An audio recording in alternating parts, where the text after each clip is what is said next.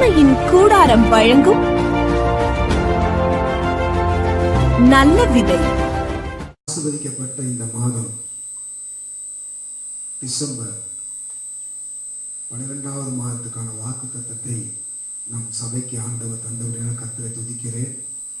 கடந்த மாதம் முழுவதும் தேவனாகிய கர்த்தர் கண்ணின் மணி போல பாதுகாத்து நடத்தி வந்தார், போஷித்து வந்தார், உதித்து வந்தார்.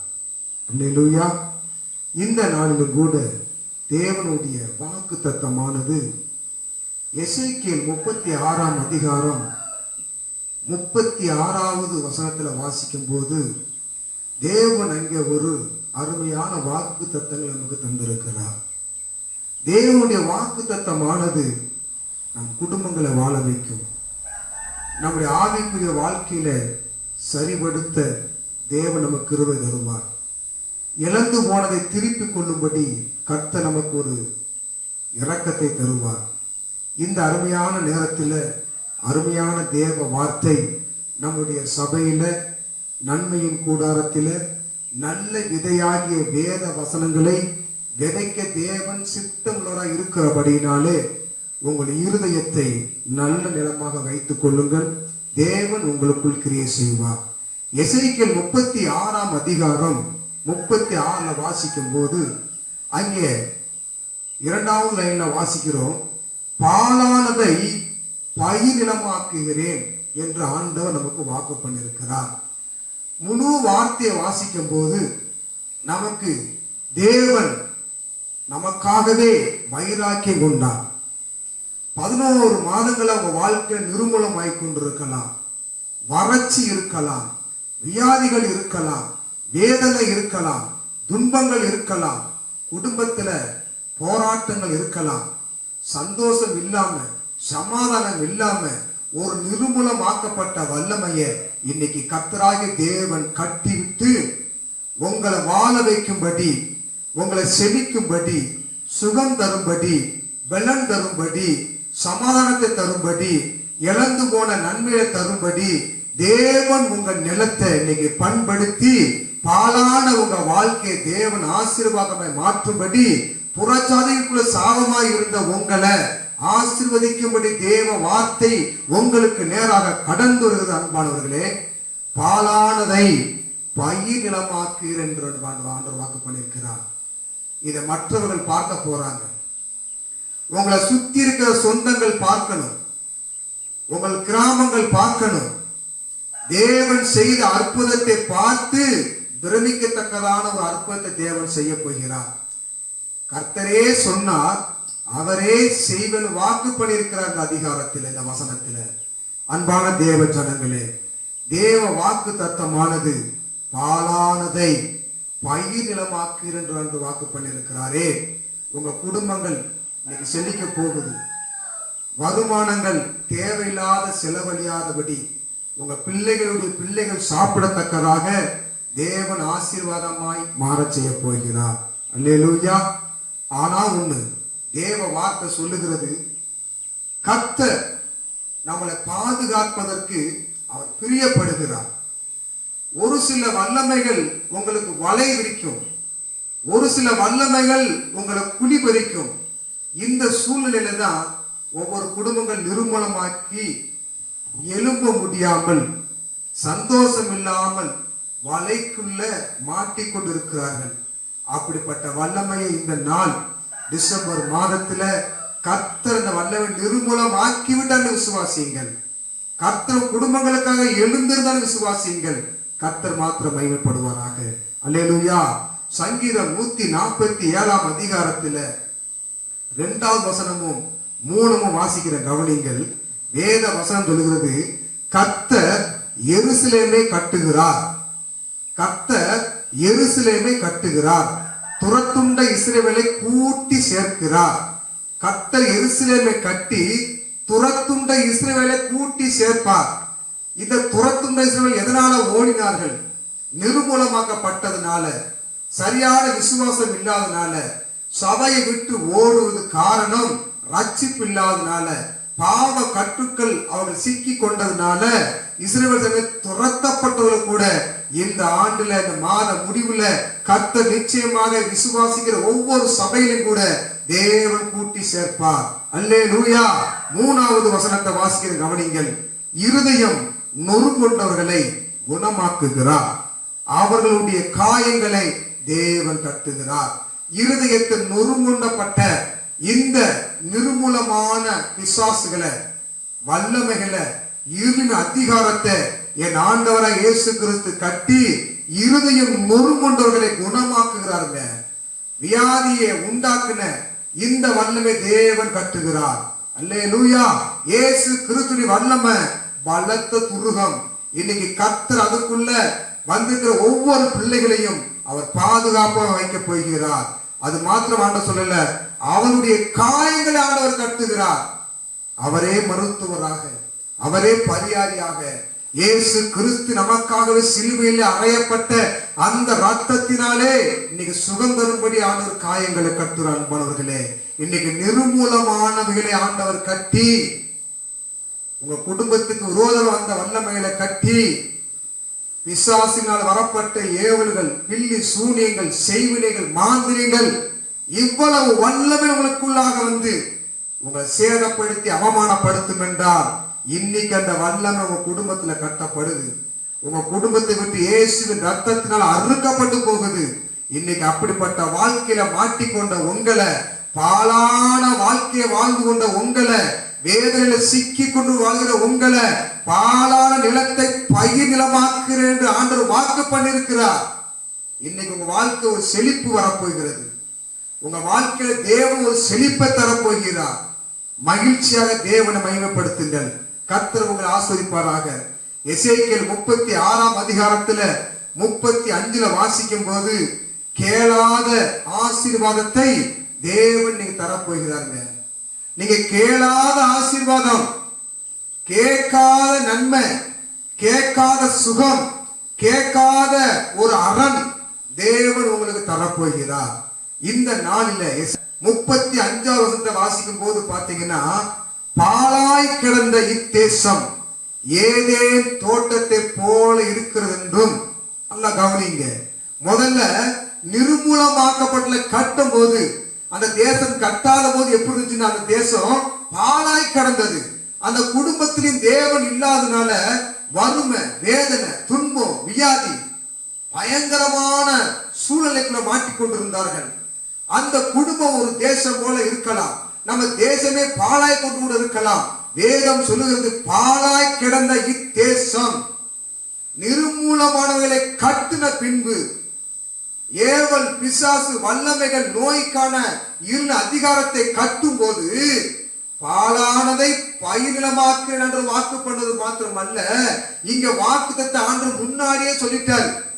பாழாய் கிடந்ததை, பாழாய் கிடந்த இத்தேசம் ஏதேன் தோட்டத்தை போல இருக்கிறது என்றும், அவாந்தரமும் பாலும் நிர்மூலமாயிருந்த பட்டணங்கள் அரணிப்பானவைகளும் குடியேறப்பட்டவர்களுமாய் இருக்கிறது என்றும் சொல்வார்கள். இன்னைக்கு நம்மளை பார்த்து எப்படி வாழ்ந்தாங்க, எப்படி தேவன் நடத்தினார், எப்படி சுகம் தந்தார், எப்படி அவங்க வாழ்க்கை சமாதானம் வந்தது என்று மற்றவர்கள் பார்த்து பிரமிக்கத்தக்கதாக உங்க வாழ்க்கை தேவன் செழிப்பாக்குற அன்பானவர்களே. பாழான உங்க குடும்பத்தை இன்னைக்கு பயிர் நிலமாக எல்லையில்லாத அளவுக்கு ஆசீர்வதிக்கிற தேவன் இன்னைக்கு உங்களோடு இடைப்பட்டு கொண்டிருக்கிறார். விசுவாசிக்கிற ஒவ்வொரு பிள்ளைகளும் தேவனை மட்டும் மகிமைப்படுத்துங்கள். வேதம் சொல்லுகிறது, நீ வேண்டுகொள்வதற்கும் நினைப்பதற்கும் அதிகமாய் தேவன் தருகிறவர். எபேசியர் 3ஆம் அதிகாரம் 20ஆம் வசனத்துல வாசிக்கிறோம், தேவன் சொன்னதை நிச்சயமாக செய்வார். நாம் வேண்டிக் கொள்வதற்கும் நினைப்பதற்கும் அதிகமாய் நமக்குள்ளே கிரியை செய்கிற, நமக்குள்ளே தேவன் கிரியை செய்கிறதுனால தாங்க. அவர் கிரியை செய்ய விட்டால் நம்ம வாழ்க்கையில ஜெயம் இல்லை. அவர் கிரியை செய்யவிட்டால் வாழ்க்கையில ஆசீர்வதிக்கப்பட முடியாது. அவர் கிரியை செய்யும் போதுதான் சத்துரு கட்டப்படுகிறான், நம்ம தேவன் எழுந்திருக்க பண்ணுகிறார். அல்லேலூயா. நமக்குள்ளே கிரியை செய்கிற வல்லமையின்படியே நமக்கு செய்ய வல்லவராகிய அந்த இயேசு கிறிஸ்துவுக்கு நன்றி சொல்லுவோம். அந்த இயேசு கிறிஸ்து நன்றி சொல்லுவோம். இந்த ஆண்டவராகிய கர்த்தர் நமக்காக வைராக்கி கொண்டு வந்திருக்கிறாங்க. சத்துருவுக்கு ஆண்டவர் எதிர்வரார். இன்னைக்கு நமக்கு சகாயம் பண்ணும்படி. எதற்காக? நாம் நல்லா வாழ வேண்டும். எதற்காக? தேவனை மகிமைப்படுத்த வேண்டும். எதற்காக? சாட்சியுள்ள பிள்ளைகளாக இருக்க வேண்டும் என்பதற்காகத்தான் பாலான உங்களை ஆண்டவர் தெரிந்து கொண்டார். இதுவரைக்கும் உங்க வாழ்க்கையில சுகம் இல்லாம இருக்கலாம், வறுமை இருக்கலாம், தரித்திரம் இருக்கலாம். இன்னைக்கு விசுவாசிகள் அன்பானவர்களே, அந்த இயேசு கிறிஸ்து கல்வாரியிலே உங்களுக்காக அவர் சாபமாகி அவர் தரித்திராகி இடத்துக்காக நீ ஐஸ்வர்யமாக படிக்க தன்னை ஒப்பு கொடுத்தார் இயேசு கிறிஸ்து. இன்னைக்கு இந்த பாலான உங்க வாழ்க்கைய பயிர் நிலமாக ஆக்குவேன் என்று வாக்குப்பட்டிருக்கிறார். அவர் நிச்சயமாக மாற்றத்தை உண்டாக்குவார். ஆகாததை இந்த நாள் உங்க குடும்பத்தில் உருவாக போகுது. ஆகாத ஒரு வல்லமை துரத்த போற ஆண்டவராக இயேசுவின் நாமத்தினால இன்னைக்கு நம்புற உங்க வாழ்க்கையில இன்னைக்கு ஒரு ஜெயம் வருகிறது. விசுவாசியுங்கள். நீ வேண்டிகளுக்கும் நினைப்பதற்கும் அதிகமாய், மிகவும் அதிகமாய் கிரியை செய்கிற அந்த இயேசு கிறிஸ்துவின் நாமத்தினாலே இன்னைக்கு ஒரு செழிப்பு வரப்போகுது அன்பானவர்களே. ஒரு விடுதலை வரப்போகுது. எல்லா வல்லமையும் துரத்தப்பட போகுது. எல்லா பிசாசுகள் இயேசுவின் நாமத்தில நிர்மூலமாக போகுது. விசுவாசியுங்கள். நல்ல விதை உங்களுக்கு ஆண்டவர் தருகிறார். நல்ல வார்த்தையை கவனியுங்கள். தேவன் உங்களுக்காகவே பேசிக் கொண்டிருக்கிறார். அல்லேலூயா. 1 ராஜாக்கள்ல 3ஆம் அதிகாரம் 12 வாசிக்கும் போது பார்த்தோம்னா அங்கே ஒரு வார்த்தை இருக்கிறது. தேவன் சாலமோன் கேட்டத அவனுக்கு ஞானத்தை மட்டும் கொடுத்ததும் அல்லாமல் அவன் இருதயத்துல அவனுக்குள்ள தேவன் உணர்வையும் தந்தது மாத்திரம் அல்லாமல் இன்னும் ஒரு காரியம். அதே 1 ராஜாக்கள்ல ஆண்டவர் வாக்கு வருகிறது பாருங்க. அதே அதிகாரத்துல 3ஆம் அதிகாரம் 13 வாசிக்கும் போது ஆண்டவராகிய கர்த்தர் சொல்றாங்க. நீ உங்களையும் பார்த்து ஆண்டவர் சொல்லுகிறார், நீ விசுவாசித்தா என்றால் தேவனுடைய மகிமையை காண முடியும். அந்த சாலமோனுக்கு ஞானத்தை மட்டும் கொடுக்காம மறுபடியும் அவனுக்கு சேர்த்து உணர்வுள்ள இருதயத்தை ஆண்டவர் தந்து, இதுவும் இன்றி 13 வருது, இதுவும் இன்றி தேவ வார்த்தை வருது, கேளாத ஐஸ்வர்யமும் மகிமையும் உனக்கு தந்தேன். உன் நாட்களில் இருக்கிற ராஜாக்களில் ஒருவனும் உனக்கு சரியானவன் இருப்பதில்லை என்று வாக்கப்பட்டிருக்கிறார். நீங்க இன்னைக்கு கஷ்டப்பட்டுக்கிட்டு இருக்கலாம், வறுமையில தவிச்சுக்கிட்டு இருக்கலாம். இயேசு கிறிஸ்துவை நம்பி வந்த ஒருபோது வெட்கப்பட்டு போகவே மாட்டேன்னு விசுவாசிங்க. இதுவரைக்கும் இல்லாத ஒரு ஜெயம், இதுவரைக்கும் இல்லாத ஒரு ஆசீர்வாதம் இன்னைக்கு கர்த்தர் ரெட்டிப்பாய் உங்களுக்கு தரப்போறார் அன்பானவர்களே. வேதம் சொல்லுகிறது, சாலமோன் ராஜா கேட்காத ஐஸ்வர்யத்தை ஆண்டவர் தந்தார். இந்த நாளில் கேளாத சுகத்தை கொடுக்கிறாரு, கேளாத நன்மையை தாராரு, கேளாத ஆண்டவர் உங்களுக்கு ஞானத்தை தாராரு, கேளாத உணர்வுள்ள இருதயத்தை தாராரு. விசுவாசியுங்கள். ஆகாததை இன்னைக்கு இயேசு கிறிஸ்து உங்கள் நித்தமாக உங்க குடும்பத்துக்கு ஆண்டவர் செய்ய போகிறார். இயேசு உருவாக்க போகிறார். அந்த இயேசுவின் நாமம் இன்னைக்கு வல்லமையாய் கிரியை செய்ய வேண்டும். அதற்கு நாம் ஒருமனப்பட்டு தேவ வார்த்தையை கவனிக்கும் போது இந்த சாலமோனுக்கு கிடைக்கப்பட்ட மேலான ஆசீர்வாதம் இன்னைக்கு உங்க குடும்பத்துல வந்து பலிக்கட்டும். கர்த்தருடைய வார்த்தை உங்களோடு இருக்கட்டும். கர்த்தர் ஆசீர்வதிப்பாராக. அது மாத்திரமல்ல, 1 சாமுவேல் 1ஆம் அதிகாரம் 11 வாசிக்கும் போது அங்கே ஒரு சம்பவத்தை குறித்து பார்க்க முடிகிறது. 1 சாமுவேல் 1:11 அன்னாளை குறித்து பார்க்கிறோம். இந்த அன்னாளுடைய வாழ்க்கையில எவ்வளவு ஒரு நெருக்கம், எவ்வளவு ஒரு நிந்தை, எவ்வளவு அவமானங்கள், சொல்ல முடியாதபடி உலகங்கள் அன்னாளை எவ்வளவாக கேவலமாக பேசியிருப்பார்கள். சொந்த குடும்பத்திலேயே அவள் அவமானப்படுத்தி பேசியிருக்கிறார்கள். அவளால துக்கம் தாங்க முடியவில்லை. வேதனையும் கண்ணீரும் சஞ்சலமும் தவிப்பும் அவளை நெருக்கும் போது அவளுக்கு ஒரு ஞானத்தை தேவன் தந்தார். அவளுக்கு ஒரு உணர்வுள்ள இருதயத்தை தந்தார். அவள் கேட்காத முதல் ஞானம், அவள் கேட்காத உணர்வு 2வது 3வது தேவன் மேல நம்பிக்கையை தந்தார், விசுவாசத்தை தந்தார். ஆலயத்துக்குள் சென்றால் அவன் ஜெபிக்கிறான் பாருங்க. தேவ சமூகத்துல கேட்டது ஒன்னே ஒண்ணு மட்டும்தான் கேட்டான். அல்லேலூயா. சேனைகளின் கர்த்தாவே, தேவரீர் உம்முடைய அடியாளின் சிறுமையை கண்ணோக்கி பார்த்து உம்முடைய அடியாளை மறவாமல் நினைத்தருளி உமது அடியாளுக்கு ஒரு ஆண் பிள்ளையை கொடுத்தால் அவன் உயிரோடு இருக்கும் சகல நாளும் நான் அவனை கர்த்தருக்கு ஒப்பு கொடுப்பேன். அவன் தலையின் மேல் சவரன் கத்தி படுவதில்லை என்று ஒரு பொருத்தனை பண்ணினாள். அன்பானவர்களே, அவ கேட்டது ஒன்னே ஒண்ணு, தேவன் தந்தது. இந்த காரியத்துல பார்க்கும்போது ஒரு பிள்ளைக்கு முன்பதாகவே ஒரு உணர்வுள்ள இருதயத்தை தந்தார். கர்த்தருடைய வார்த்தை நம்பும்படி ஒரு உள்ளத்துக்குள்ள விசுவாசத்தை தந்தார். அவன் செபத்துல சொல்லுகிறார், ஒத்த பிள்ளையை ஆண் பிள்ளையை தாரும் என்று கேட்கிறார். தேவன் அந்த வார்த்தைக்கு அங்கீகரிக்கப்பட்டு அந்த வார்த்தையை ஆண்டவர் அங்கீகரித்து அவன் வாழ்க்கையில கேட்டது ஒண்ணுதான் நினைக்கிற மாத்திரம் அல்லங்க, உலகமே பார்க்கும்படி ஆச்சரியப்படும்படி நான் ஆராதிக்கிற இயேசு கிறிஸ்து 5 பிள்ளை எக்ஸ்ட்ரா கொடுத்தார் ஆண்டவர். ஆமென். அதே 1 சாமுவேல்ல 2:21 வாசிக்கும் போது கவனிங்க, அங்கே அப்படியே கர்த்தர் அன்னாளை கட்டாட்சித்தார். அவள் கற்பம் தரித்து 3 குமாரரையும் 2 குமார்த்திகளையும் பெற்றார். சாமுவேல் என்னும் பிள்ளையாண்டான் கர்த்தருடைய சன்னதியிலே வளர்ந்தான். நல்லா கவனிங்க. இன்னைக்கு வாழ்க்கையில ஆகாது என்று உலகம் தள்ளிட்டு இருக்கலாம், அதே உருவாக்குற ஆண்டவர் பாலானதை பயிர் நிலமாக்கணும்னா கர்த்தர் கிரியை செய்யணும். நீங்க வேண்டுதலுக்கும் நினைப்பதற்கு மேலான அற்புதம் செய்யணும்னா நமக்குள்ளே கர்த்தர் கிரியை செய்யணும். அந்த நாட்கள்ல சாலமோனுக்குள் கர்த்தர் கிரியை செய்தார்.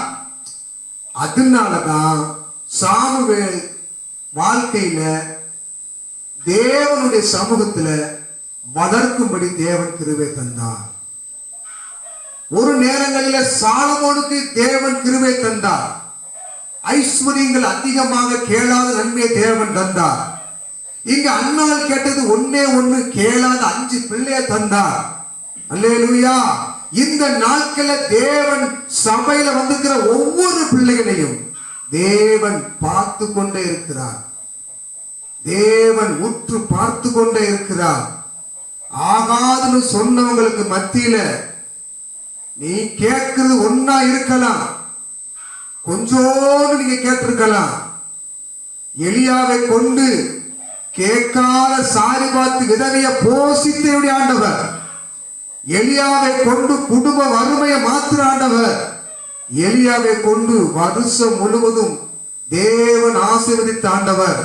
இன்னைக்கு நம்ம சபையில் வந்து அத்தனை பேர்களையும் தேவன் போஷிப்பார். கேளாத நன்மை தேவன் தருவார். நீங்க விசுவாசிக்கணும், தேவனை நம்பணும், அவரை ஏற்றுக்கொள்ளணும். அன்னால் ஏற்றுக்கொண்டால், அன்னால் விசுவாசித்தால், கர்த்தரை மட்டுமே நம்பி பிடித்துக் கொண்டால் தேவன்கிட்ட கேட்டது 1, கொடுத்தது எக்ஸ்ட்ரா 5. கேளுங்க, கொடுக்கப்படும். அல்லேலூயா. கேட்கிறவன் எவனும் பெற்றுக் கொள்வான். அல்லேலூயா. வேதம் சொல்லுகிறது, யோபு 42ஆம் அதிகாரம் 10ஆவது வசனத்துல எல்லாருக்கும் தெரியும், யோபு வாழ்க்கையில தேவன் மறக்காதவனாக இருந்தார். அவன் சன்மார்க்கமாய் இருக்கும் போது மறக்கவில்லை, அவன் வியாதியா கிடக்கும் போது அவனை மறக்கவில்லை.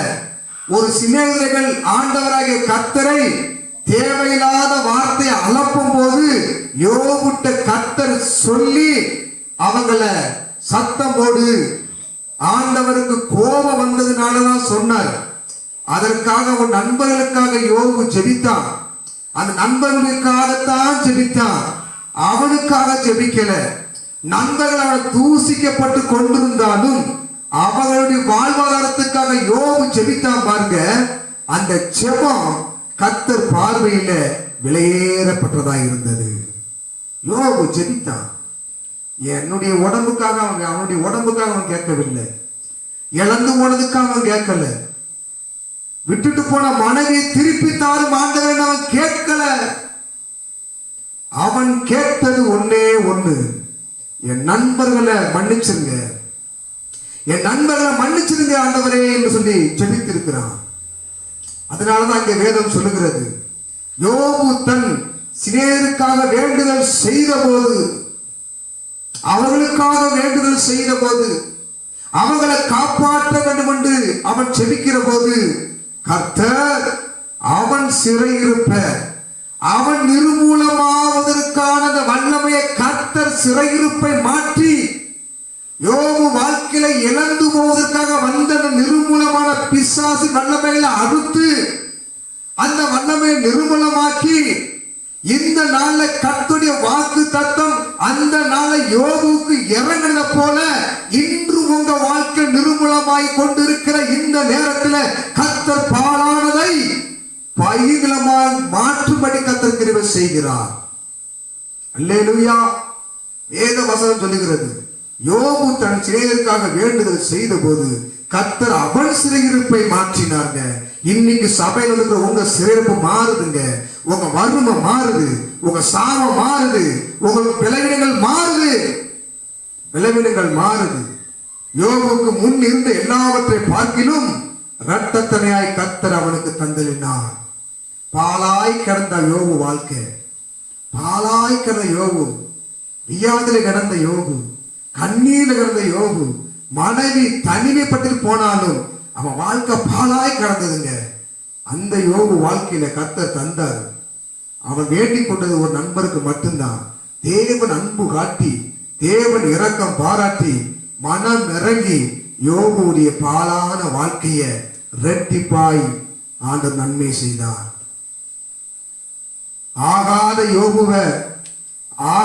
யோபு வாழ்க்கைய உருவாக்கின கர்த்தர் இன்று உங்களுடைய சபையில் வந்துள்ள ஒவ்வொரு பிள்ளையும் தேவன் உங்க குடும்பத்தை, தேவன் உங்க தொழில, தேவன் உங்க ஆட்டு மந்த மாட்டு மந்தையில நீ கையிடும் எல்லா தொழிலையும் என் ஆண்டவராகிய கர்த்தர் யோபு முன்னிலைமை இருந்ததை பார்க்கிலும் பின்னிலைமை இரட்டத்தனையாய் ஆசீர்வதித்ததை போல இன்று உங்க வாழ்க்கை தேவன் ஆசீர்வதிப்பார்.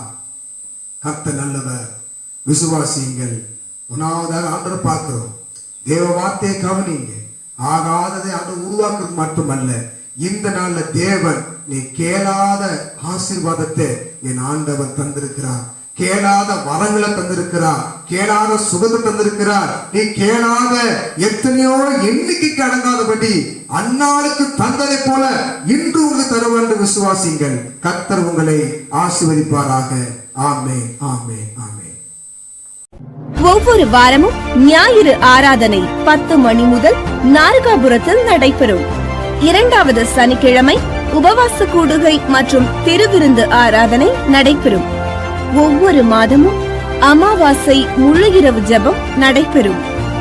நமது கூட்டங்களில் கலந்து சாபக்கட்டுகளிலிருந்து, பாவக்கட்டுகளிலிருந்து, பில்லி சூனியம் நோயிலிருந்து விடுதலை பெற்று செழிப்பாய் தேவன் மாற்ற உங்களை அன்புடன் அழைக்கிறோம்.